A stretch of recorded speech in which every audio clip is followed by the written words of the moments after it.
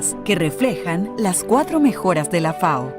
4 dimensiones que contribuyen a la transformación de los sistemas agroalimentarios y que guiarán a la organización en América Latina y el Caribe hasta 2026. La región enfrenta desafíos significativos para erradicar el hambre y la malnutrición. Aunque el número de personas que sufren hambre disminuyó ligeramente en 2023, 41 millones de personas en la región aún la sufren. América Latina y el Caribe registran el costo más alto de una dieta saludable en comparación con los promedios mundiales. El estimado de $4,56 por persona por significa que 1 de cada 4 personas no puede permitirse una dieta saludable. Por eso en la región, la FAO trabaja por una mejor nutrición, priorizando poner fin al hambre y lograr la seguridad alimentaria y la nutrición sin dejar a nadie atrás. La transición hacia dietas saludables y una mejor seguridad alimentaria para los más vulnerables es una prioridad en la región. Trabajemos juntos por la seguridad alimentaria y la nutrición para un futuro más brillante.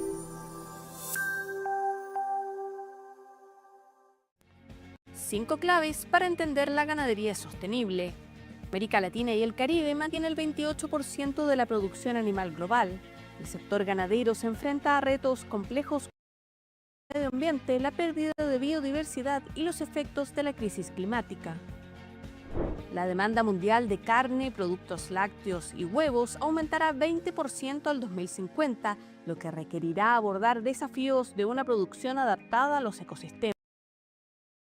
La ganadería es vital en los medios de vida del 64,5% de la población rural en América Latina y el Caribe. Además, ocupa el 84,5% del suelo agrícola de la región. En el mundo hay 770 millones de personas que sobreviven con menos de $1,90 por día. Aproximadamente la mitad depende directamente de la ganadería para su sustento. Satisfacer la creciente demanda de proteína de origen animal conservando el medio ambiente requiere prácticas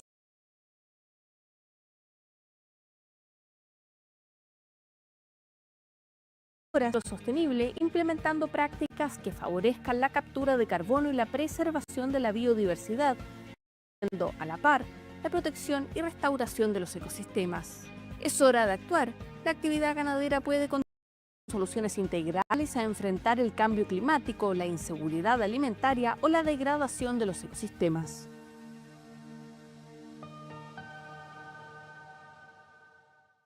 Em 2012, a Assembleia General das Nações Unidas proclamou o Ano Internacional das Cooperativas como forma de reconhecer seu papel essencial na economia global e no desenvolvimento sustentável.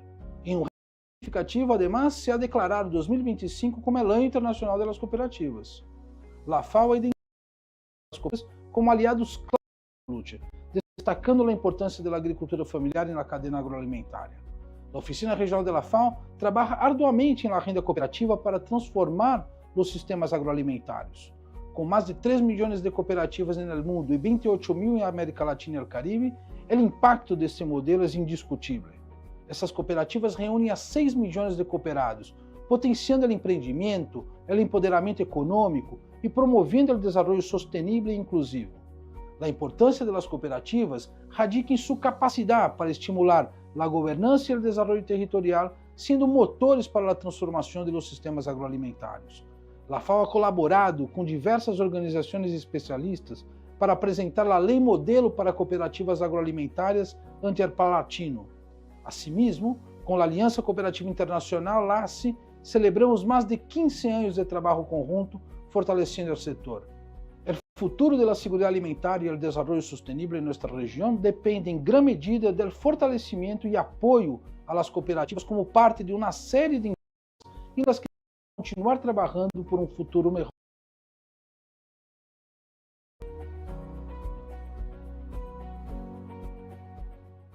Necesitamos una mejor producción para las personas, para el planeta.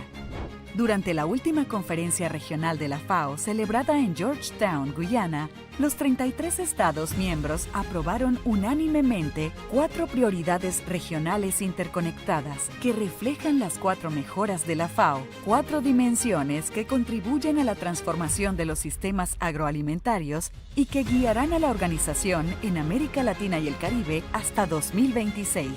Nuestra región aporta el 14% de la producción mundial de alimentos. Sin embargo, el 33% de las tierras cultivables están moderada y altamente degradadas, y la pérdida de más del 40% de la producción se relaciona con plagas y enfermedades. La FAO trabaja por una mejor producción en la región, priorizando una producción eficiente, inclusiva y sostenible. Donita abordar integralmente las dimensiones ambiental, económica y social de la producción agropecuaria, forestal, de la pesca y de la acuicultura. Trabajemos juntos hacia una producción sostenible, sin dejar a nadie atrás.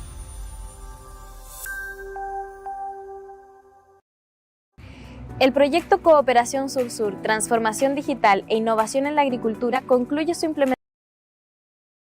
Impulsado la mejora de los medios de vida rurales en América Latina y el Caribe. El proyecto involucró a 12 países de la región: Argentina, Barbados, Chile, Costa Rica, Cuba, Guyana, Jamaica, México, Panamá, Surinam, Trinidad y Tobago y Uruguay. Durante su implementación, hubo un total de 800 personas de áreas rurales que participaron directamente del proyecto, mientras que más de 4.000 se beneficiaron de manera indirecta. Además, se realizaron más de 70 capacitaciones en alfabetización digital, se entregaron más de 400 equipos tecnológicos como tablets, drones y computadores, y se promovió el trabajo con comunidades. Este proyecto, liderado por la Organización de las Naciones Unidas para la Alimentación y la Agricultura, la República Popular China y la Comunidad de Estados Latinoamericanos y Caribeños, ha reflejado el compromiso y la importancia de promover la cooperación entre los países del sur global. También ha demostrado que a través de una transformación digital inclusiva en los sectores rurales es posible alcanzar mejores que permitan una mejor producción, una mejor nutrición, un mejor medio ambiente y mejor, sin dejar a nadie atrás.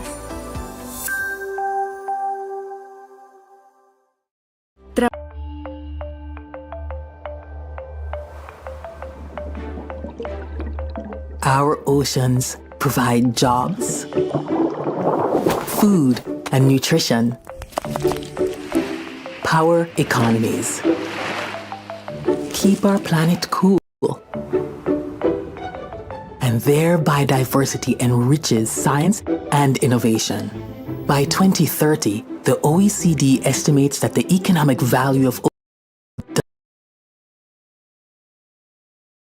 but our oceans are on the brink from overfishing, pollution, declining biodiversity, and many effects from climate change. Many of these issues disproportionately affect the world's poorest, especially those living in coastal communities and small island developing states. ProBlue is dedicated to building a blue economy, one where everything we do in the ocean is integrated, sustainable, and protects our planet. Housed at the World Bank, ProBlue works with governments to identify work that protects oceanic economies and communities. ProBlue delivers financial support, advisory services, and technical expertise across all oceanic sectors because the blue economy is highly integrated. ProBlue's activities span across these sectors and include a special focus on gender. This work also helps countries and communities adapt to the impacts of climate change. ProBlue helps governments manage marine resources, including nature-based solutions, and mobilize private sector finance. ProBlue keeps our oceans full of fish, improving transparency, governance, supporting sustainable aquaculture, and reducing subsidies that lead to overfishing. ProBlue ensures oceanic development is more sustainable, like tourism, shipping, offshore wind, and more. ProBlue keeps our oceans clean, helping governments prevent marine plastic pollution, stop leakages, transition to circular economies, and reduce production and use of single-use plastics. ProBlue and the World Bank are working hand in hand with governments to protect our oceans and our planet, generate economic growth sustainably, and look out for those most vulnerable.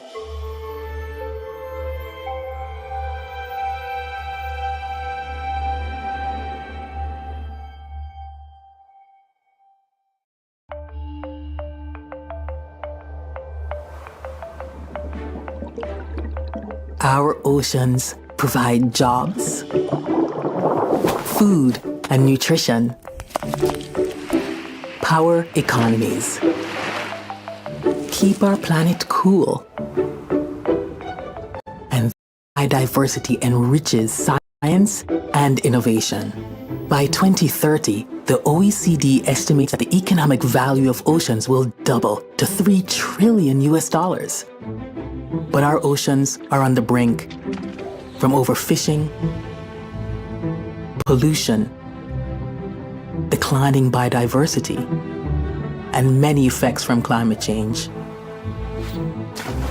Many of these issues disproportionately affect the world's poorest, especially those living in coastal communities and small island developing states. ProBlue is dedicated to building a blue economy, one where everything we do in the ocean is integrated, sustainable, and protects our planet. Housed at the World Bank, ProBlue works with governments to identify work that protects oceanic economies and communities. ProBlue delivers financial support, advisory services, and technical expertise across all oceanic sectors because the blue economy is highly integrated. ProBlue's activities span across these sectors and include a special focus on gender. This work also helps countries and communities adapt to the impacts of climate change. ProBlue helps governments manage marine resources, including nature-based solutions, and mobilize private sector finance. ProBlue keeps our oceans full of fish, improving transparency, governance, supporting sustainable aquaculture, and reducing subsidies that lead to overfishing. ProBlue ensures oceanic development is more sustainable, like tourism, shipping, offshore wind, and more. ProBlue keeps our oceans clean, helping governments prevent marine plastic pollution, stop leakages, transition to circular economies, and reduce production and use of single-use plastics. ProBlue and the World Bank are working hand in hand with governments to protect our oceans and our planet, generate economic growth sustainably, and look out for those most vulnerable.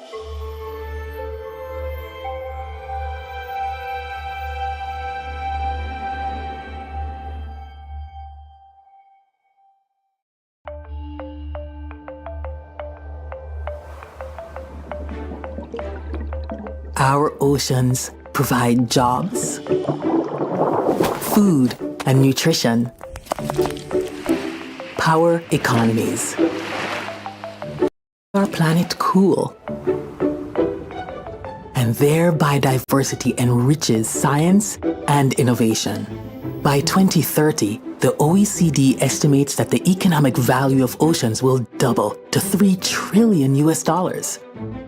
But our oceans are on the brink from overfishing, pollution, declining biodiversity, and many effects from climate change. Many of these issues disproportionately affect the world's poorest, especially those living in coastal communities and small island developing states. ProBlue is dedicated to building a blue economy, one where everything we do in the ocean is integrated, sustainable, and protects our planet. Housed at the World Bank, ProBlue works with governments to identify work that protects oceanic economies and communities. ProBlue delivers financial support, advisory services, and technical expertise across all oceanic sectors because the blue economy is highly integrated. ProBlue's activities span across these sectors and include a special focus on gender. This work also helps countries and communities adapt to climate change. ProBlue helps governments manage marine resources, including nature-based solutions, and mobilize private sector finance. ProBlue keeps our oceans full of fish, improving transparency, governance, supporting sustainable aquaculture, and reducing subsidies that lead to overfishing. ProBlue ensures ocean like tourism, shipping, offshore wind, and more. ProBlue keeps our oceans clean, helping governments prevent marine plastic pollution, stop leakages, transition to circular economies, and reduce production and use of single-use plastics. ProBlue and the World Bank are working hand in hand with governments to protect our oceans and our planet, generate economic growth sustainably, and look out for those most vulnerable.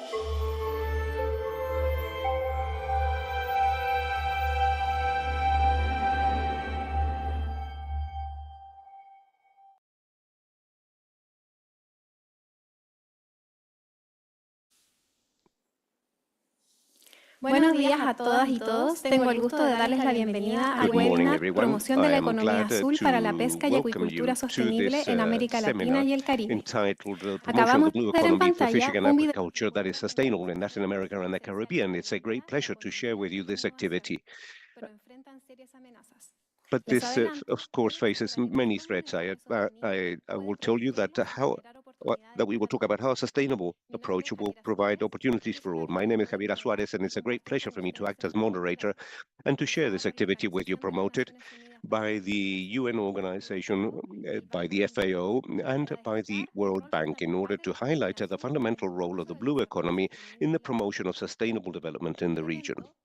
The event will explore innovating strategies in order to protect ocean resources, strengthen resilient coastal communities, and guarantee long-term prosperity for those that rely upon these vital ecosystems. This seminar is the first of a series of virtual events promoted for 2025-2026 period that will highlight the crucial role of the blue transformation and of the blue economy. The initiative Blue Transformation, promoted by the FAO, plays an essential role in the expansion of marine food systems, strengthening its contribution towards a more sustainable production, better nutrition, the conservation of the environment, and a better quality of life. The blue economy, on the other hand, is fundamental in order to guarantee the sustainable use of ocean or marine resources, promoting economic growth, job creation, and the improvement of means of life, preserving the life of ocean, seas, and coastal regions. These perspectives are fundamental in the construction of a sustainable future for marine food systems. I would like to thank the presence of authorities and specialists present in this space. Harrison Charo Cariza, a senior specialist in fisheries of the World Bank Group in the US, and Nicolas Ramont, senior environmental engineer from the World Bank for the Latin America and the Caribbean, Jamaica; Dane Budo, regional coordinator of projects in Belize; Manuel Erazo, national project coordinator of projects GEF, FAO Chile; Natalia Raiza Hugman, responsible for the environment and natural resources and programs of FAO Argentina; and Javier Villanueva Garcia Benitas, Officer on Fisheries and Aquaculture of the Regional FAO Office for Latin America and the Latin America and the Caribbean. In this event, this cycle, we will be focusing on achieving a more in-depth understanding of the potential of the blue economy in order to support environmental sustainability and promote economic growth, especially within the context of fisheries and sustainable fisheries and sustainable aquaculture. Now we would like to invite the senior specialist on fisheries of the World Bank, Mr. Harrison Charo, who will explain to us what it is and what we should understand whenever we talk about the blue economy. Mr. Harrison, you have 5 minutes for your presentation. Please go ahead. Thank you very much for this chance to present the blue concept, economy concept. I hope you are able to see my screen.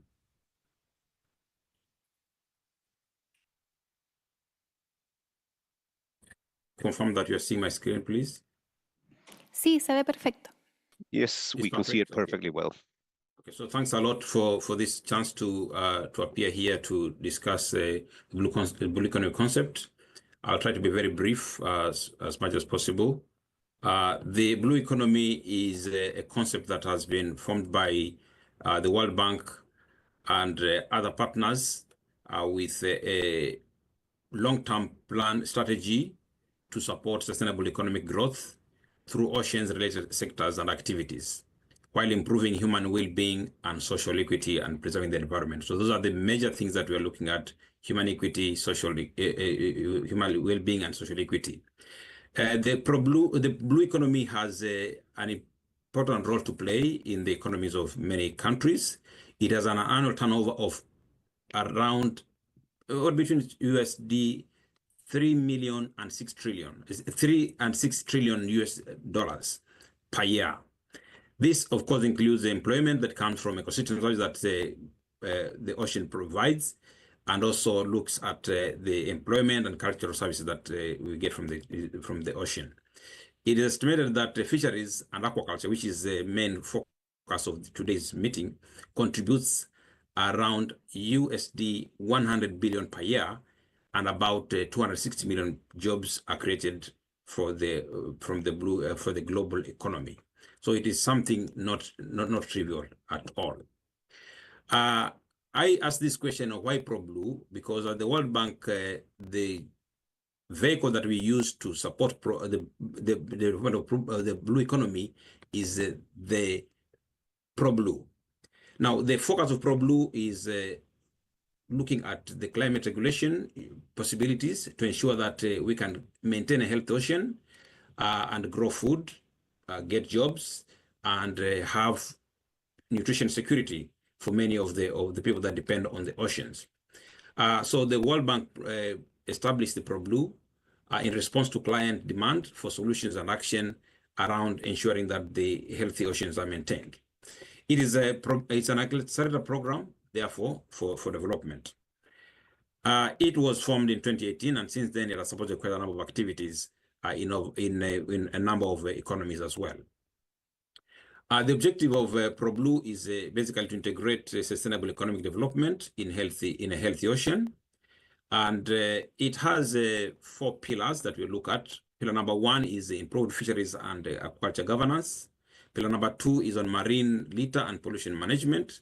Then we also look at innovations and the blueing of traditional sectors of the ocean. This includes tourism, shipping, and energy production. Pillar number 4 is what we call integrated seascape approach, which brings together the ridge to reef approach, where we look at different activities that happen in the interface between the oceans and the land. We also look at several cross-cutting themes here that I'll come back to later on. But in a nutshell, we look at social inclusion, climate change, and biodiversity issues as well. The ProBlue umbrella body here, I want to say how we provide support. We look at the different things. We look at technical assistance, we look at capacity building, and also we look at co-financing of investments around blue economy activities. It is normally governed by a partnership council that brings together the World Bank management and some donor communities that work with us. These are mainly government and philanthropies and as well. Our major way of working, we usually execute. We usually expend money through what we call bank executed disbursing activities or recipient executed disbursing activities. The bank executive means work done by our own teams, and the recipient is work done by the countries themselves that borrow from the bank. Just to recap a bit on the work here that we do on the sustainable aquaculture and sustainable fisheries, which is the pillar 1, because this is what we're looking at for today's meeting. We are promoting good practices and circular economy principles. We look at strengthening South-South knowledge sharing and addressing aquaculture challenges, including, of course, the issues of land, resources, feed availability and disease and health management. On the sustainable fisheries management, we look at the issues of IUU. We also look at collaboration and how to can shift shift subsidies away from harmful harmful fishing practices. The cross-cutting themes I said I was coming back to these are mainly climate change, which is critical for ensuring that we have a lower heating of the earth. We also look at food security, from the blue food section. That means all the food that we produce should be done in a sustainable manner. And we also look at issues of nature, biodiversity, and we also look at issues of mobilizing finance for development. Gender and social inclusion is usually a very big issue that we look at because it brings together all these factors, all these sectors together, and ensuring that we can actually create a world free of poverty on a livable planet, which is our vision for the World Bank. So the ProBlue is basically very, very intertwined with these activities. We also have high-level commitments that we always focus on, and this is mainly, we are committed to supporting international high-level commitments and the implementation in different levels. We have one of the most important things we are looking at now, which all our proposals need to adhere to, is the issue of biodiversity. And so we are lining our work with the Economic Global Biodiversity Framework. And the idea is to ensure that when we are talking about ProBlue, we also do not leave out issues of biodiversity in our policy dialogues. And we also look at investments that are pro-biodiversity, as well as ensuring that there's a big emphasis on this in our M&E framework. We also have the Paris Agreement, which is basically looking at how we can decarbonize our economies, our sharing economies especially. And we have managed to ensure that right now all the World Bank projects are aligned with the Paris Agreement, and we support the integration of the blue economy in all our country climate development strategies. We also support the WTO, the World Trade Organization Agreement on fishery subsidies.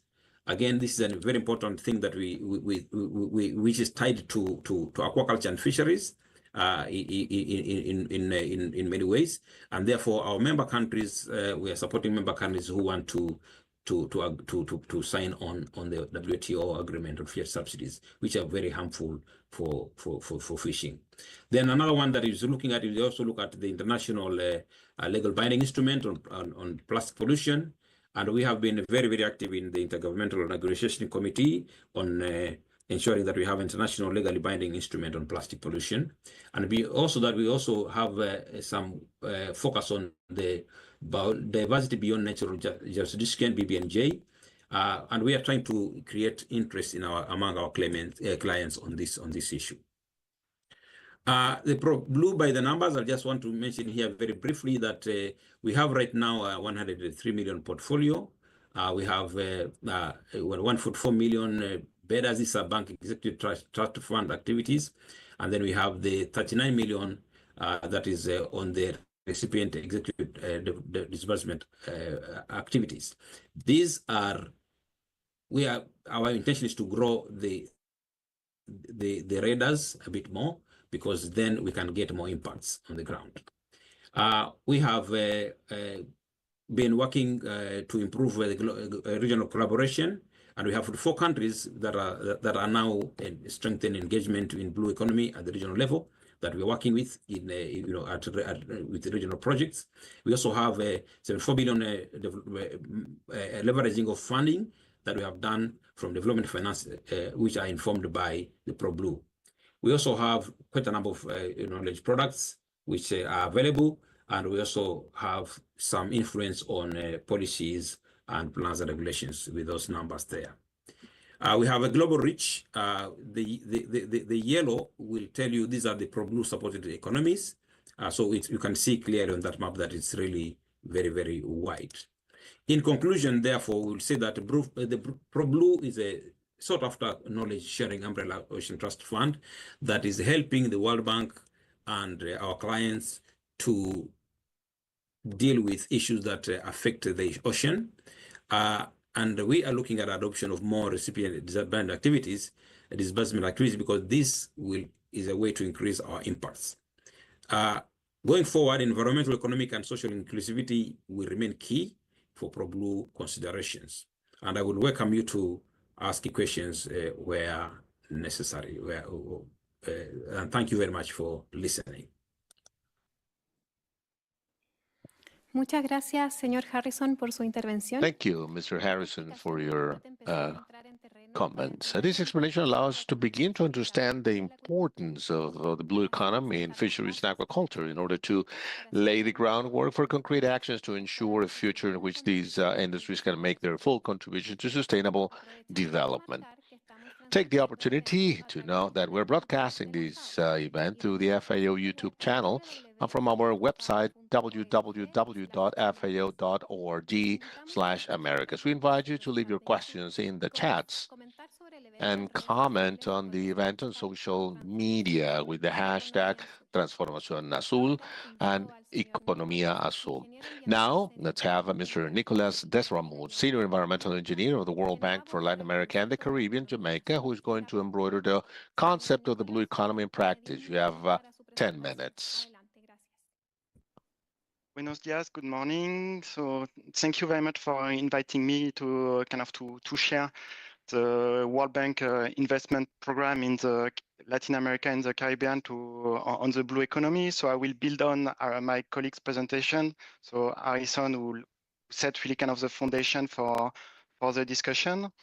So basically, I will start by giving this overview of our investment portfolio and our analytical and service advisory we provide in the region for supporting client countries and regional organizations to develop and support their blue economy agenda. And then I will go into more specific sectors which are aligned to and close to the fisheries and aquaculture discussion, but also on the broader side of the blue economy. So the World Bank, we developed a blue economy intervention framework to help us supporting as best as possible countries, but also to build the partnership as the one we have with FAO. I'm really glad to be here today also so that we can continue strengthening this collaboration. So as part of this intervention framework, we have 5 main objectives for the blue economy. One is climate resilience. The second one is economic recovery, creating jobs, food security, and also providing additional financing for the coastal communities and depending of the blue economy of the coastal and marine ecosystem. And we are working across 8 different sectors: one, biodiversity, carbon, coastal management, fisheries, and aquaculture. The theme for today is the forest, especially mangrove, but also, as Harrison also mentioned, we are targeting pollution, tourism, and maritime services. And the key themes, and again, we are what we do at the bank is really aligned with ProBlue, because ProBlue was designed to support, as Harrison mentioned, our support to countries and regional organizations. So it's combating marine pollution with a specific focus on sargassum in the Caribbean. We have also, again, helping improving the value chain and the food security from fisheries sector and the sustainability of oceanic sector. So here supporting energy, transport, tourism to make sure that their development is aligned with the blue economy objective that has been reminded to us at the beginning. And then really on the more coastal and marine natural resource management to make sure that we keep an healthy coastal ecosystem. And in order to do that, we have different mechanisms. We have our traditional, I would say, investment project financing to provide either grant or credit to countries to develop and to implement their investment strategy. We have some capacity building. We have some support on policy and regulatory. We have also something I will go a little bit more deep later. It's on the parametric risk insurance. And so basically, if we look at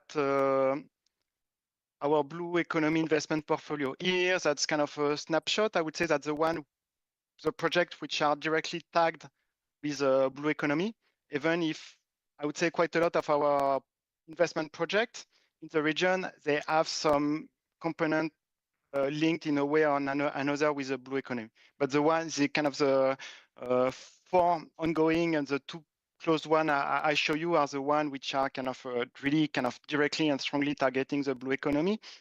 And why it's important for us, as Harrison already kind of also mentioned, our kind of motto, mission, which has been revised recently, it's not only to end extreme poverty and promote shared prosperity, but making sure that we do that in a livable planet. So as you can see, our investment project, and we have here also, when we said ProBlue, it's a radar recipient executed trust fund Harrison referred to, but we have a mix of financing from either Jeff, IDA, and ProBlue. You might see that so far, kind of most of our intervention investment are mostly in the Caribbean, but we have a few projects under preparation in the Latin America.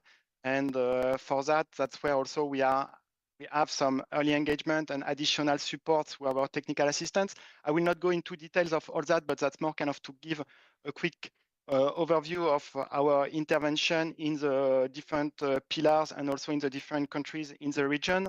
So you can see that we have some work in fisheries, marine pollution, growing the sector, and on the oceanscape management, and in really kind of covering all the different sectors. And here, this technical assistance, it's to either build capacity, support government and regional institutions in developing policy and strategies and action plan, but also kind of helping putting in place a platform or kind of creating awareness and knowledge sharing events. So, and yeah, so here it's also, as today it's the first of the series of webinar, I hope this also could help to kind of to raise some idea for follow-up discussion later on. So on the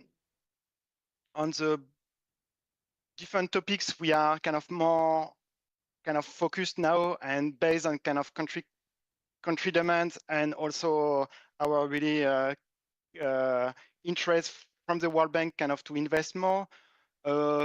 Big aspect, it's on supporting countries to tap into the blue carbon market.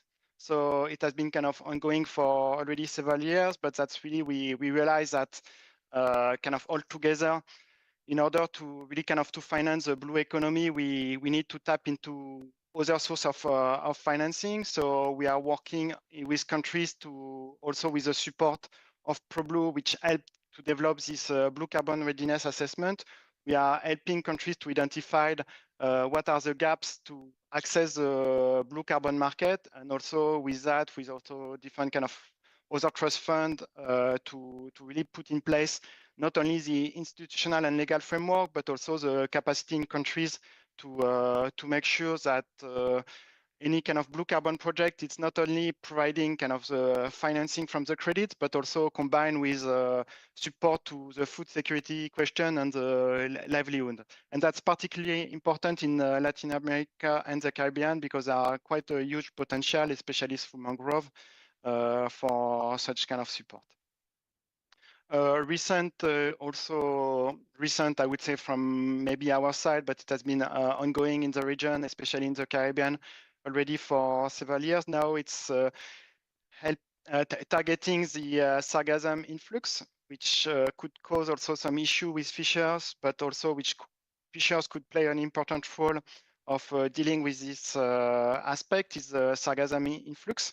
So it has impacted the tourism in the Caribbean, in the broader Caribbean, both in kind of Caribbean islands, but also in Central America for nearly a decade now. And we really want kind of to help countries to respond to their request for support to move from a waste management approach, not only kind of to dispose sargassum when they are on the shore, but also to move to a more kind of productive way of using the sargassum. So, and here that's really kind of either through energy production, through fertilizer, through, there are several venues, and we are working with, in collaboration with the World Bank private branch, IFC, to develop some potential private and public and private partnership to deal with that. And another one I wanted to highlight, but Harrison already mentioned, it's also supporting countries to prepare for the INC negotiation on combating marine plastic pollution. So that I will not go too much, but just to highlight that also in some of the small island states in the Caribbean, they are kind of disproportionately affected by plastic pollution, while they are relatively a small producer of that. So that's we want to see and to help also putting in place a regional action plan to fight against plastic pollution. Another element I think which is important noting, it's the World Bank. We are kind of also seen as financing organization, which is totally true, not only a knowledge institution, but also financing. So we are also supporting countries in partnership with a lot of different actors on developing new blue financing instrument as a traditional source of funding become more and more scarce in the future. So it's either thematic bonds to help countries borrow money for financing their blue economy agenda. Some other instruments are outcome-based finance. So here, basically, countries will get additional resources if they manage to reach certain targets on biodiversity and blue economy. We have helping kind of to develop some funds and PPP to finance on the longer term blue economy agenda, and especially coastal and marine ecosystem protection. And again, Harrison already alluded to that on the supporting discussion on some fiscal and economic reform, especially on subsidy tax, but also on tax debt swap. And finally, one other financing instrument is also helping to develop risk insurance mechanism, and a specific one I would like to highlight. It's a COAST, Caribbean Ocean and Aquaculture Sustainable Facility. It's the first parametric insurance developed to really benefit directly fishers. So it helps fishers to get some financing in case of either strong winds and hurricanes. And the first payout was done in the following Beryl with 1 million dispersed after in Grenada. And finally, just kind of to highlight, it's not fisheries, it's not aquaculture, but just to give an example of what also other activities we are supporting. It's on the blue in the energy, in the helping to blue the energy sector. It's to help developing seawater air conditioning in the Caribbean, helping to use the cold water to cool buildings, and really by doing that also to support countries to reduce their consumption of electricity and then the emission of greenhouse gases. So that's something we are working to help and to put that in perspective of a blue economy agenda. So with that, I will kind of close my presentation and remain available for any question. Thank you. Muchas gracias, señor Nicolás. Muy interesante escuchar el trabajo. Thank you, Nicholas. Very interesting to listen to the work that you're promoting in the Caribbean, and to know that we are allies both in terms of the blue transformation and in terms of the blue economy as key strategies to lead to sustainable changes in marine food systems. And now I would like to invite Mr. Dane Budo, coordinator of the the Blue Economy Project and Marine Spatial Planning. You have 10 minutes for your presentation. Thank you. Good morning. Good morning. Thank you so much for the opportunity. If you just confirm that you're seeing my slides on the screen, I'd appreciate that. Se ve correcto. Gracias. Okay, beautiful. So I'm here to talk a little bit about the BECLME Plus project, which is promoting national blue economy priorities through marine spatial planning in the Caribbean Large Marine Ecosystem Plus project. This is a project that's implemented in 6 countries in the Caribbean: Belize, Panama, Jamaica, St. Lucia, Barbados, and Guyana. It is co-implemented, is a JEF project, co-implemented by the Latin American Development Bank, the FAO, and executed by the Caribbean Regional Fisheries Mechanism. The main objective of this project is to promote blue economy development in this region through marine spatial planning and marine protected areas. And of course, the ecosystem approach to fisheries is directly in tune with this.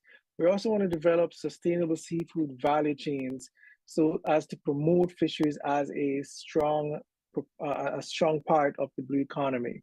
The target communities that deals with fisheries and the marine areas are the main focus of this area of this project, with the stakeholders being fisherfolk, communities, government agencies, regional organizations, public and private sector, civil society, and academia. We want to have government and key stakeholders enabled to support the sustainable use of fisheries and key marine habitats. We're doing this through several activities. We want to develop national marine spatial plans, conduct these, validate these in project countries with a very participatory, climate and gender sensitive approach. We want to design national blue economy strategies with these countries and deploy them in these project countries with key marine economic sectors. Develop sustainable financing strategies for national blue economies, having these designed and validated and highlighting the marine-based economic opportunities. And one of the more important part of it is to support national decision-making systems, having these developed and implemented for sustainable fisheries management, including climate change impacts, data gap analysis, strengthening use of field monitoring, among other techniques. And one of the things that we found so far in implementing this project is that the blue economy strategy, with respect to fisheries, it needs some improvement. A lot of the effort has been paid on tourism, on maritime interests, but we need to strengthen the involvement of the fisheries sector in the blue economy conversation. Through this project also, we're looking at the protection of critical fish habitats, having these established, having these expanded and informed by marine spatial planning. So this can be, of course, to the creation of new marine protected areas or OECMs in these targeted countries, but also to enhance the management of existing marine protected areas in these select countries. With respect to seafood value chains, we want to have identified new and strengthen existing national and regional seafood value chains, supporting the realization of blue economy opportunities and sustainable development goals. We're looking to do this through identifying and assessing key seafood value chains, incorporating them into the national blue economy strategies and the marine spatial planning efforts, and amalgamating these together so that we can have, identification of future value chains and end market requirements. We also want to, look at the seafood value chain added value opportunities, identifying those, setting up the markets, looking at economic feasibility, and testing these innovative post-harvest processing methods in an attempt to maximize output and, of course, reduce waste.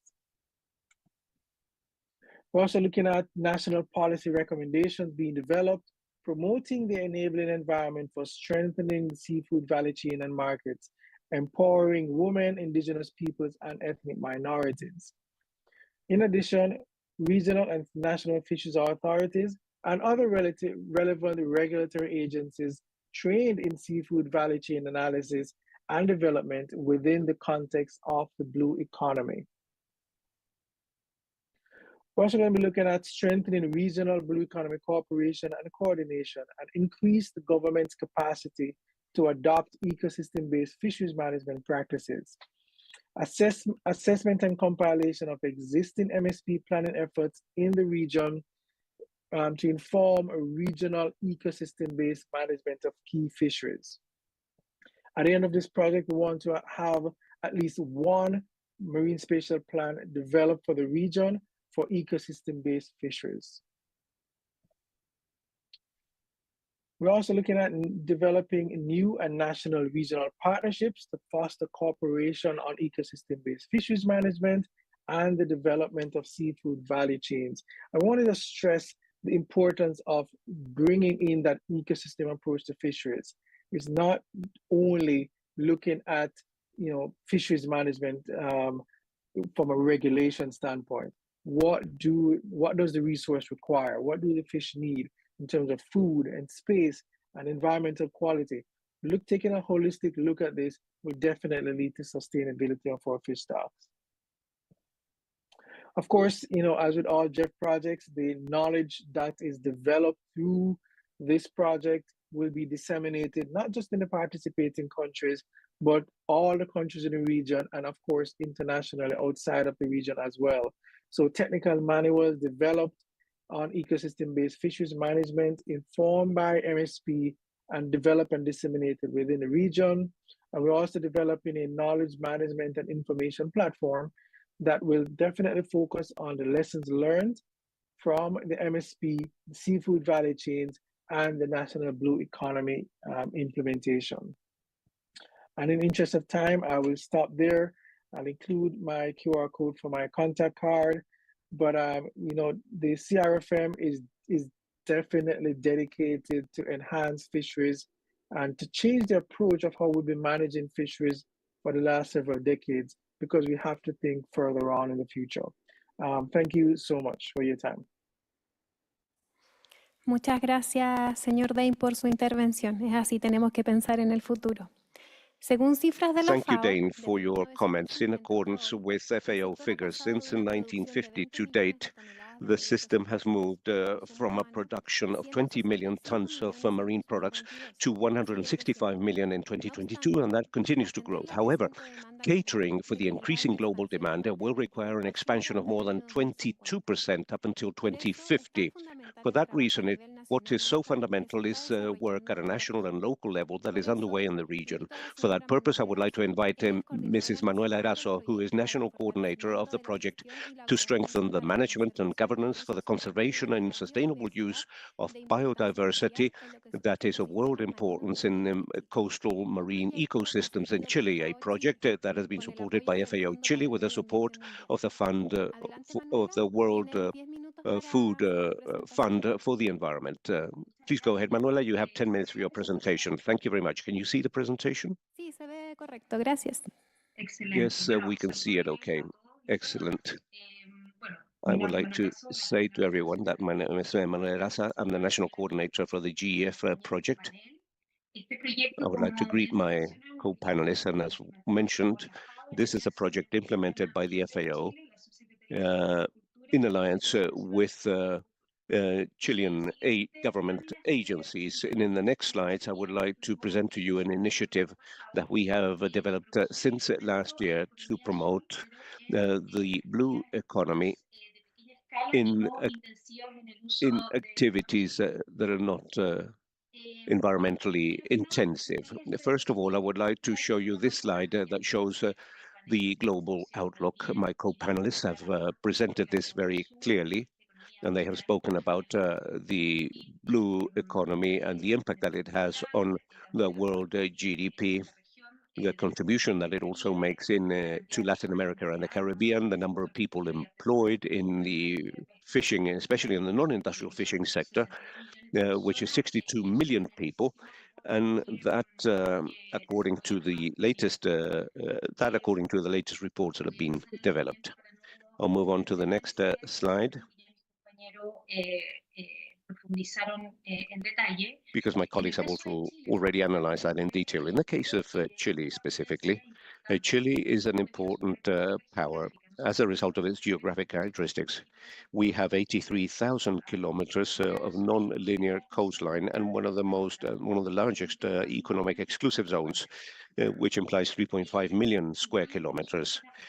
We are also located in place at number 12 in terms of the export of hydrobiological resources, both fisheries and aquaculture, and this accounts for a fundamental role in the development of the blue economy, not only in our region, but also throughout the world. And likewise, marine coastal tourism is very powerful, especially if we take into consideration the 1.5 million tourists, foreign tourists that visit us every year, especially interested in visiting our coastal areas. And another interesting information is the issue of conservation.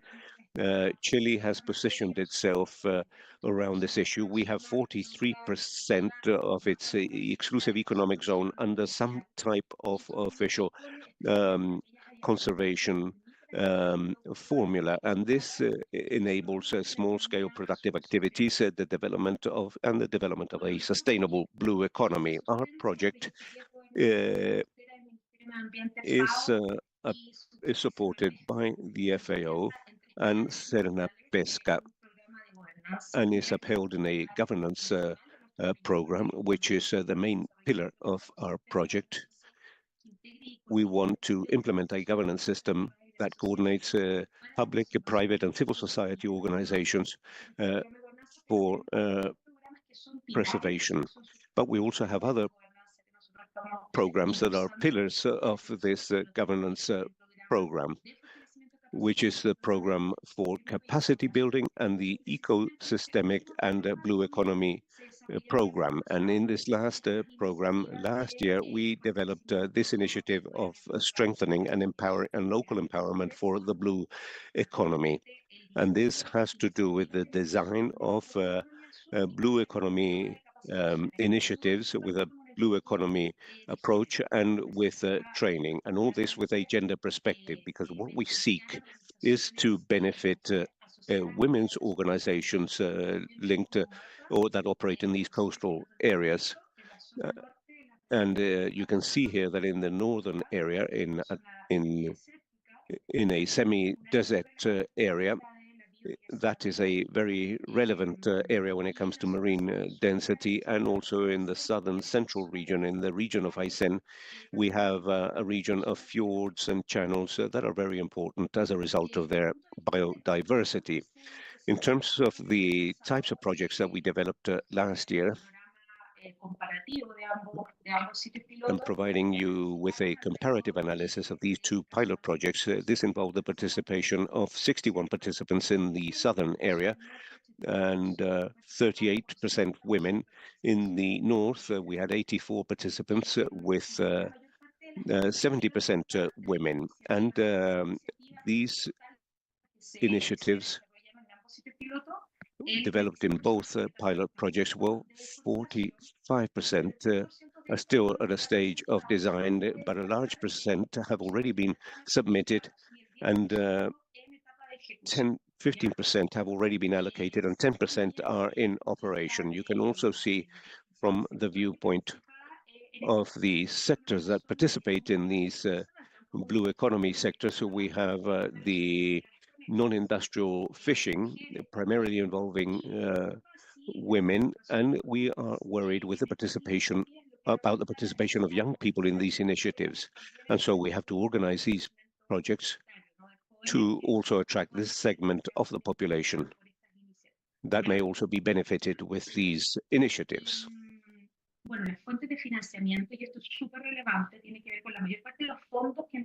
Funding sources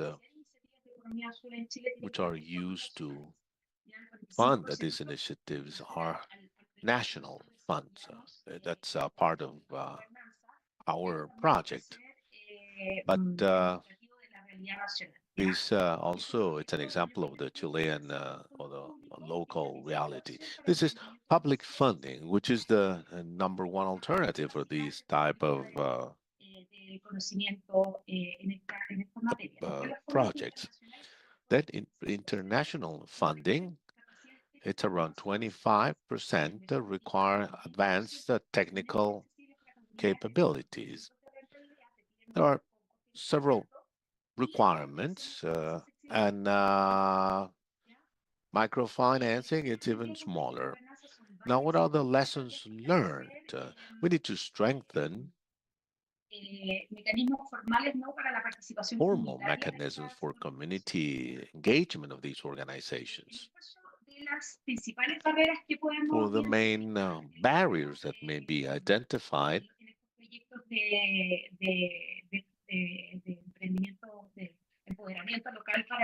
in these local empowerment projects, we have training, ongoing training. And here we have 5 which are very important when developing these projects in order to eliminate these capability barriers.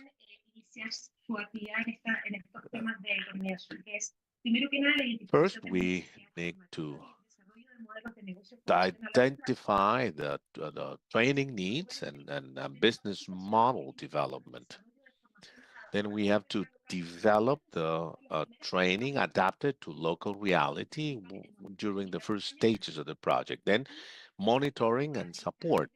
Then scaling and consolidation, which is expanding the scope of the project.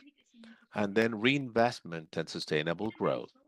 Yet another element or important gap are gender gaps.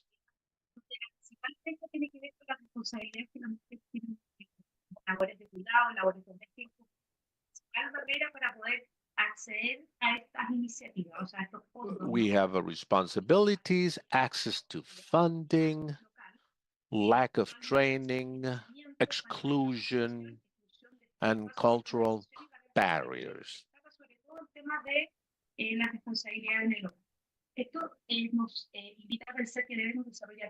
Make us think that we need to adapt this to women entrepreneurs so that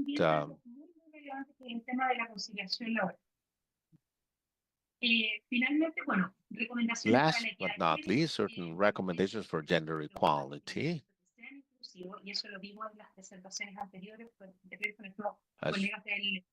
As we have seen in the presentation at the Council of the World Bank, there were business initiatives. We need inclusive funding programs, trading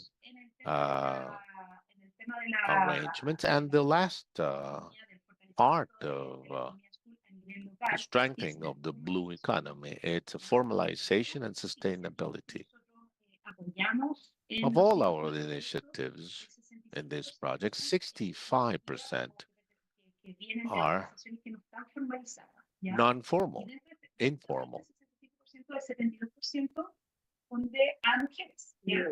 And 72 account for women. Formal businesses have better access to certifications, sustainable practices, and funding.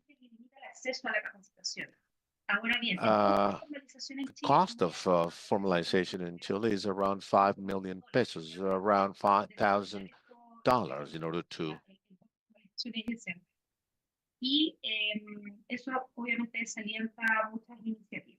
And this is for both men and women. So,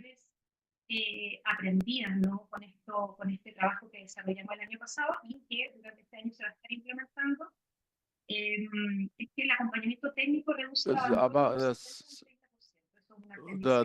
some of the lessons learned. Technical support reduces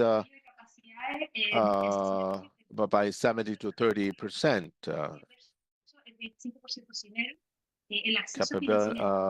Capacity building is 65% develop new skills when they have support, and only 25% will obtain these new skills without it. Funding access, 45% successful with advising and versus 15%. So in order to go towards a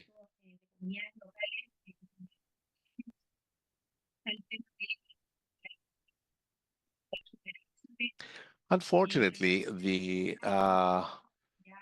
source audio, it's not adequate for the interpretation. Interpreters apologize, but the source audio quality does not allow for an adequate rendition.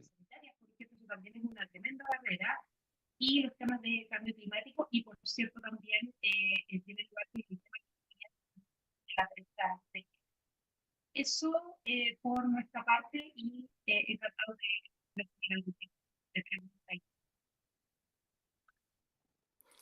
Muchas gracias, señora Manuela. Muy interesante la Thank manera you, Manuela. Very interesting how Chile is developing and implementing a governance system that integrates, coordinates, and articulates public, private, and civil society organizations for the conservation and sustainable use of priority coastal marine ecosystems by working in pilot areas from the north and south of the country. Let's continue now to learn about other country experiences. And now we will have Natalia. She's head of environment and natural resources of FAO programs in Argentina, who will tell us about the work on strengthening governance for management and protection of coastal marine biodiversity in key ecological areas and the application of the ecosystem approach to fisheries. Natalia, you have 10 minutes. Yes, we can see your presentation. Thank you. Thank you, Javiera. Good morning, good afternoon, everyone. Thank you. I'd like to thank my colleagues for their very interesting presentations. So now I will be sharing with you the case of the Patagonia scallop and the ecosystem approach to fisheries. This was conducted in Argentina. For those who are not familiar, Argentina is a federal country. It's a decentralized country with the 23 provinces and the Buenos Aires city. As you can see in the map, those are the maritime spaces. We have a federal fishery law, 1997, setting two domains, provincial from the coastal line all the way up to 12 miles, and the national domain from the 12 marine miles.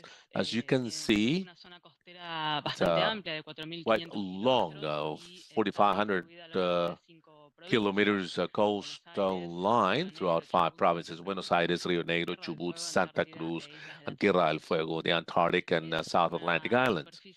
It's around 2,804,000 square kilometers, considering the territorial sea as well as the adjacent zone and the exclusive economic zone up to 200 miles. And if we include the Antarctic water, it's an additional 2,094,000 square kilometers. We have two main currents: the Malvinas or Falkland currents and the Brazilian current, which is a very interesting, favorable heat exchange condition. In order to characterize fishery in Argentina, we have industrial and artisanal fishing, but prevailing, that industrial fishery prevails, as you can see on the right-hand side. Which is around 47% by processing and freezing vessels in 2023, followed by 33% fresh catch vessels, and bit over 20% for artisanal and coastal fleet. Now, this activity takes place throughout the year, in March and June. We catch and process over 800,000 tons per year for exports mainly, since local production sea product is very low, way below the annual global average, which is 20.2 kilograms per habitant. In Argentina, it's only 4.8 kilograms per inhabitant. That's very low, but we've been working in order to promote consumption. On the other hand, the most popular species are hake, shrimp, and squid. Now, the most valuable, we have scallop, the hake, and the spider crab. In order to supplement with the institutional side, we have 3 organizations which are key for setting policies, enforcement authorities of national regulations, which is the National Fishery Council, which is the government. It's the Ministry of Environment, Fishing, Foreign Affairs, And in this agency sets the national fishing policy, and it regulates the activity. We also have the Undersecretariat for Fishing and Aquatic Resources, which is the enforcement agency. And this Undersecretariat is supported by the INIDEP, which is the National Institute of Fishing Development, providing the scientific knowledge, research, consulting, and advising in terms of the rational use of fishing resources. This project, the strengthening of management and protection of marine coastal biodiversity in key ecological areas in the ecosystemic approach application of a fishery, aimed at protecting marine biodiversity in areas of ecological importance, broken down into three components: strengthening the management of these protected marine areas, the application of the ecosystem-wide approach, and gender monitoring and follow-up, as well as communications. This was funded by TEF, implemented by FAO, and executed by the current Subsecretary of Environment, and co-executed by the Consejo Federal Pesquero. Lasted for 7 years. It's around $3.5 million funding, and the main governance agency for the activities was the Consultative Technical Committee, made up for national government, provincial government, academia, and the private sector. The core of this commission, the decisions were made for the project, and with the very good discussions. Now, this case, in the case of the project, is the Patagonia scallop. It's around 35 degrees south in the Atlantic Ocean, all the way up to 56 degrees south. The Argentinian stock is developed in a continental shell between 60 and 200 meters depth, structured in 6 main banks, 3 main fishing grounds, started in 1996. At present, it's handled by 2 companies with 4 vessels. So we have a scientific advising and the regulations. On the bottom left, that's the landing numbers throughout the years. So their average is around 5,000, 6,000 tons.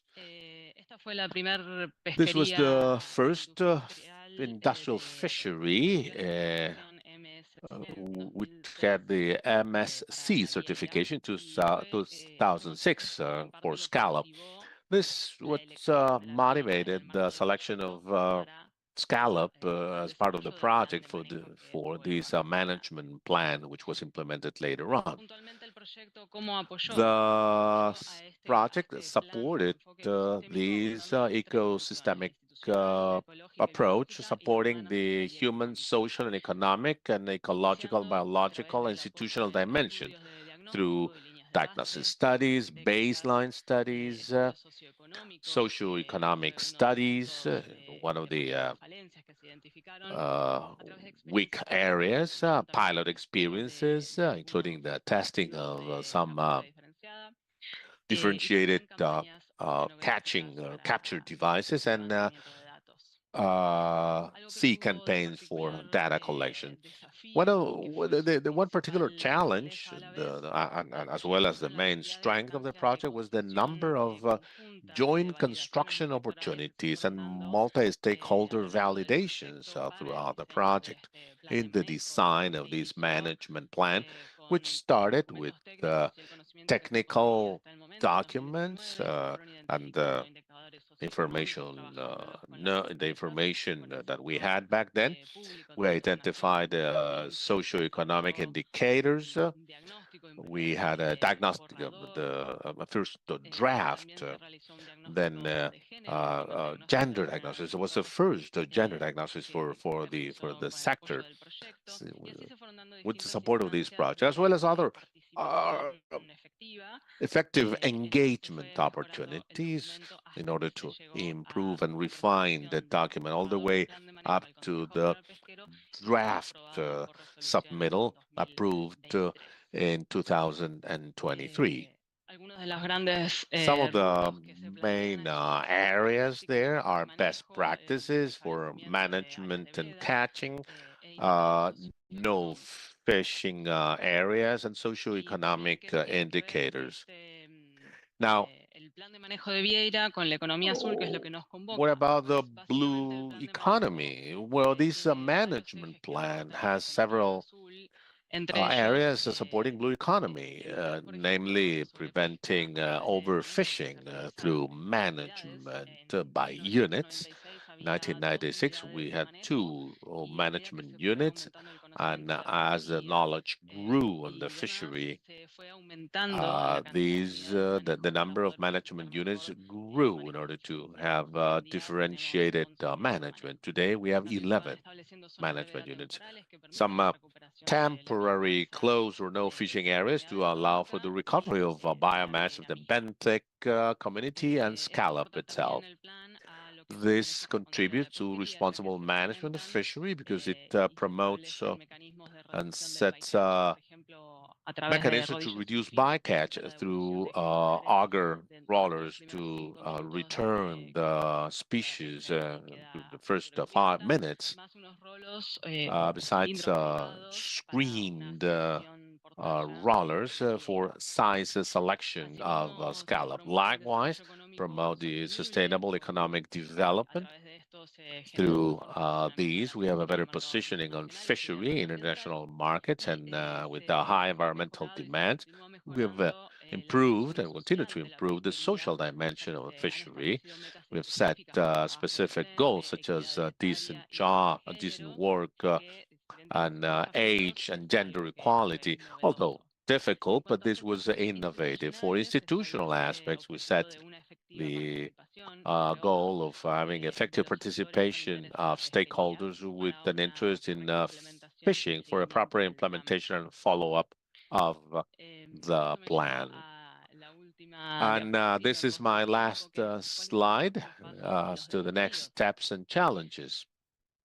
Bueno, pues estamos a un año de la implementación del This is plan de manejo. we're a year for the implementation of the management plan with the ecosystemic approach. We've changed authorities, certain structural complexities with the new government, new priorities, but the plan was successfully implemented in 205,000 square kilometers. And even though there were some challenges because of difficulties in monitoring of some of the indicators, especially social and socioeconomic indicators, we are working together with companies, businesses, and the national government to support and facilitate that, which led to several lessons learned during this year into the implementation in order to facilitate the discussions and dialogues and find joint solutions. Next steps, we want to scale this ecosystemic approach of the project and the experience of the project, not only through a document which was submitted as on the guidelines for the application of fishery ecosystemic approach, but also to scale this to other fisheries. We're working on that for shrimps, which has different challenges because of the size of the fishery in terms of the number of companies, number of vessels, so on and so forth. So all the lessons learned from governance, engagement, as a result of our project are being applied. And this is a great victory for the whole process. Likewise, we are going into foreign markets that for better positioning of products. And as part of the project, or as part of the management plan, this has to be updated quarterly. So these the challenges found today are already being worked on in order to facilitate and correct and have a better version in the next update. Thank you very much. Thank you, Natalia. Your presentation has been very interesting. The work that you're promoting us from Argentina is very interesting. Let us remind you of the importance of non-industrial fishing and aquaculture for Latin America and the Caribbean in terms of jobs. So the sector generates more than 2.8 million direct jobs and 3 times that amount in terms of indirect jobs. Out of all of them, practically 90% are linked with non-industrial fishing. Now, I would like to invite the audience to participate in a dynamic that we have prepared for you. We will use the platform, and on the screen you'll find a QR code so that you may be able to connect and participate.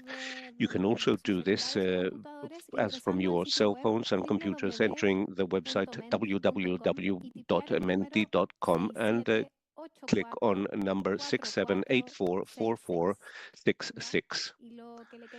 And what we want to ask you today is what definition of the ones that have been asked respond to the Ask Me. A describes the sustainable use of marine resources for economic growth, better means of life and employment, preserving at the same time the health of marine health. B describes a vision to increase marine food systems and improve their contribution for a better production, a better nutrition, a better environment, and a better life, especially for those communities that rely upon fisheries and aquaculture. You can send us your answers. Please read both options carefully and answer this in terms of the blue economy. Let's see who is right. We're already receiving the answers. So you can see on the graph how they are being filled in. 71% for alternative A and 29% for alternative B. Remember that each concept has its own importance, but today we want to know which one of these definitions specifically represents the blue economy. The time has come to get to know the right answer. It seems that the voting has already been stabilized, and as most mentioned, 78%, the correct option is option A. This definition talks to us about how we can benefit from marine resources in a sustainable manner, balancing economic growth and conservation. On the other hand, option B was not wrong, but it represents the blue transformation, which is an FAO initiative that seeks to expand and improve marine food systems. And therefore, the ones that chose alternative B were not all that mistaken.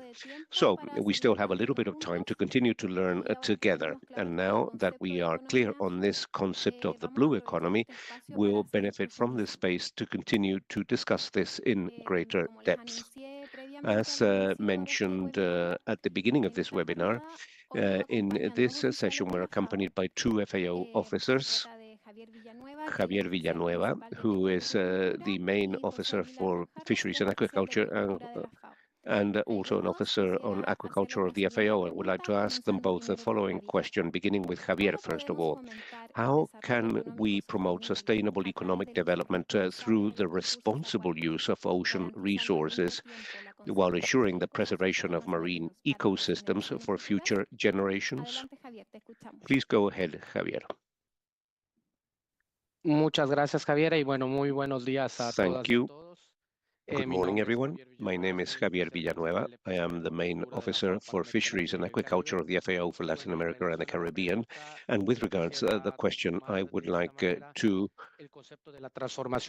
take on board the concept of the blue transformation because it reflects the pathway that the FAO sees or views for marine ecosystems. This is a process whereby the FAO and all members, countries in the region and countries throughout the world and other partners that may also be the World Bank, NGOs, academia, and so on, use the knowledge, the tools and existing practices and emerging practices in order to ensure and maximize the contribution of marine food systems and increase their contribution to healthy diets that are nutritional and accessible, supporting environmental management and inclusive development, especially for those communities that rely upon fisheries and aquaculture without leaving no one behind.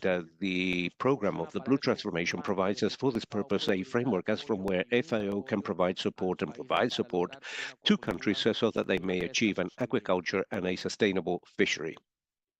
Muchas gracias, Javier. Y ahora Thank you, le doy la Javier. palabra a And now José I'll para offer que the floor to complemente José so también that la he can supplement this same question.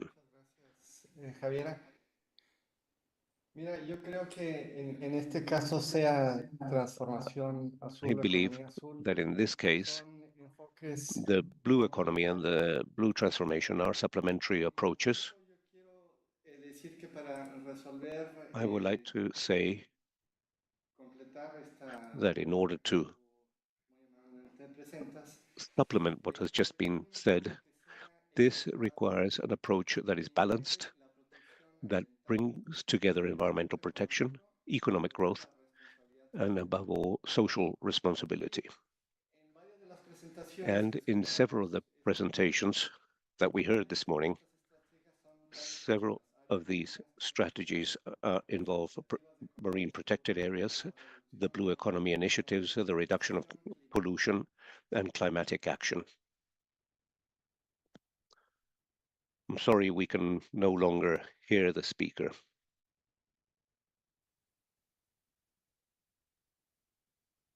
Estrategias a través de esta integración. Strategies via the integration of these strategies, and we can thus guarantee that marine resources continue to contribute to economic prosperity while preserving the health of ecosystems. Muchas gracias. Muchas gracias, José, por esta respuesta. Thank you, Jose, for this answer. And now, via the chat, we have received different questions for the panelists, and we have rescued some of them. We have one for Nicolás from Guillermo Fuentes, and he asks,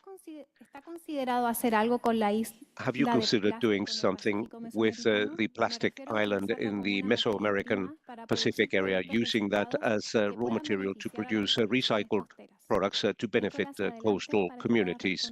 Nicolás, please go ahead. Muchas gracias. So, thank you. Para la cuestión. To be honest with you on that, I'm not aware if the World Bank we are planning anything to do. I think it might be kind of a challenge because it's not really, we work through governments kind of to support them in their action. So this kind of island in the middle of the Pacific, I'm not sure we really have the legal and institutional framework to work with it. So to be honest with you, I'm not aware of any plan we have to use that indeed as kind of a resource. But yeah, I will look at it. Muchas gracias, Nicolás, por esta respuesta. También nos hicieron una pregunta que va dirigida hacia Manuela. Y esta tiene relación, ¿por qué se menciona a la acuicultura como una fuente de alimento en Chile si gran parte de la producción se exporta y no necesariamente llega a los países que presentan problemas de hambre? Gracias por la pregunta. Bueno, lo que yo precisé en la diapositiva fue más bien que Chile es What I mentioned is that Chile is an exporting power of hydrobiological resources, both in terms of fisheries and aquaculture, and this has nothing to do with the exports to resolve food issues, but rather we are an exporting power, which is a different approach. Now, despite the fact that this does not resolve the food issue per se, the fact that these exports are created, obviously that contributes to the national economy. It contributes to our country's GDP. And therefore, the perspective is somewhat different. And we're not talking of resolving global food issues, but rather how these two sectors, fisheries and aquaculture, are very relevant sectors of the economy for our country in this perspective of the blue economy. And now, in that sense, there are several issues related to production, to the production mechanisms in both sectors, both in fisheries and aquaculture, which is a completely different question. I don't know if I respond or that answers the question. Sí, yo creo que queda muy claro. Gracias por ese Yep, enfoque I que believe entrega, it's Manuela. crystal clear. Thank you, Manuela. Quisiera ahora hacer una tercera pregunta Now, a los panelistas que quedan aún a third por participar question de este espacio de for preguntas the y rest of respuestas. the panel Vamos a members. empezar por Harrison y la pregunta Harrison, es, the ¿qué question planes is, ecológicos tiene la FAO y el what Banco Mundial para plans minimizar la has the World Bank and contaminación colectiva de FAO los océanos, has del in order Pacífico to y del minimize the ongoing Adelante, Harrison. pollution of oceans with plastics and microplastics? Harrison. Yeah, thank you very much for this question. I mean, as I've mentioned in my presentation, the World Bank is working very closely with the international parties to ensure that we can have as many countries as possible signing the Intergovernmental Negotiating Committee work that is going on to ensure that we can have a pollution-free, plastic pollution-free environment, oceans. And so one of the things that we are doing is to ensure that we have as many countries as possible signing into the international legal binding instrument on plastic pollution. Number two, we're also looking at the issue of discarded and abandoned fishing gear, the LDFG, that has been a menace in many of our countries. The other thing that we are looking at, obviously, is to stem the use of plastics in ocean sectors, and for that we are looking at, even when it comes to farming of seaweed, we are looking at how we can reduce the use of the plastics that farmers like to use in seaweed production.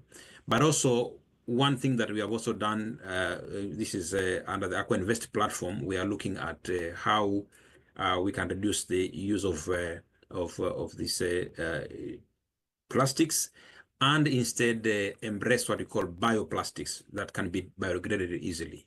So those are some of the things that we are looking at, and also, of course, trying to support the countries that want to eradicate use of plastics, as well as the reuse and recycling of plastics. Muchas gracias, Harrison. Y ahora quisiera Thank hacerle you, la misma Harrison. pregunta a Same Nicolás. question for Nicholas. ¿Cómo podemos minimizar la How can contaminación we continuada minimize y asegurando ongoing la protección de los pollution ecosistemas and locales? guaranteeing the Adelante, Nicolás. safety and security of Absolutely, and I fully ecosystems? kind of align with what Alison said, and thought there is need to have a strong kind of policy basis and something which is shared, and also because also plastic pollution usually they're not always kind of the one producing which are impacting, so it's also kind of working with the private sector on enhancing the responsibility of the producer of reducing the plastic production. And I think first it would be to work on the source of pollution, really of kind of on the production of plastic. And after, for kind of the collection and recycling, it's to help putting in place and also kind of building partnership with the private sector, so that basically this pollution could be used or reused in other forms. But so yeah, I think we need to have a strong legal framework to reduce the production, and we have seen quite some good example of reducing the single-use plastics in islands and in different kind of countries. So that's a good example of what we should try to scale up and to replicate, and also working with the alternative. It's not only kind of, okay, we stop having plastic, but making sure that we have alternative instruments or tools, so that also the poorest usually will not be kind of impacted by any drastic shift in policies. Muchas gracias, Nicolás. Y ahora, por favor, Thank si you, Dane Nicholas. puede también And Dane, if you could, answer that question too. Sure. I mean, with respect to especially small island developing states with microplastics, I mean, it's a growing concern, especially because it's making its way into the food systems. You know, we can't just look at plastics as just a singular, non-connected entity. Paying more attention to the circular approach to plastics and not just looking at it from an endpoint. Okay, let's take it up out of the environment. What about going upstream? Let's change the source. Let's change the product. I mean, we designed a product that lasts generations, but we only need to use it once. It's great technology, but poor use. Maybe we change the technology where it doesn't last as long. And that's something that, you know, I know Caribbean islands struggle with because the lack of infrastructure, even the space to have sorting facilities, just doesn't exist on islands. So that's something that we definitely have to pay a lot more attention to. You know, I'm looking forward to INC in terms of making some better strides into dealing with this problem, but it's something that we definitely need to address urgently as well. Muchas gracias, Dane. Y ahora por Thank último, you, Dane. And Natalia, from the point of view of governance, if you could address these questions. Thank you. Gracias. Coincido Thank you. con los colegas. I will concur with our colleagues before. I mean, the focus should be on the type of materials we use and trying to reduce promotion and use of plastics overall.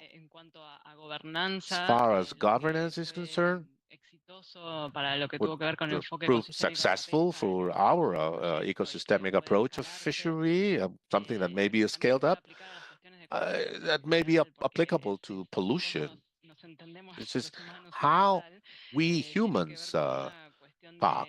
Has to do with building and promoting discussion and effective interaction where parties can discuss, looking for consensus as part of the disagreements. So the project has taught us through processes that it is extremely important to have these discussions in order to build joint lines of action. So when implementing this management plan, in our case, private companies know that this it is in their best interest to have a successful plan. And they work with the regulation. So this joint action, I believe, it's only possible if we have open dialogue from the very beginning, to be an honest and an effective dialogue.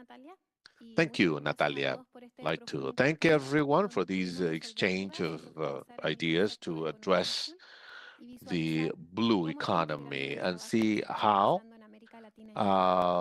this is being integrated in Latin America and the Caribbean. We thank everyone for sharing with us in this webinar, especially the panel members, participants, and organizers, as well as all of you joining us through the FAO YouTube channel. We're over 250 attendees. Thank you very much for that. Very good turnout for a very important topic. I'd like to thank the FAO Regional Office in Latin America and the Caribbean for their support. Now you can watch this webinar in our YouTube channel and in our website at www.fao.org/Americas. Thank you very much for your participation, and we'll see you next time. Have a great afternoon. Thank you very much.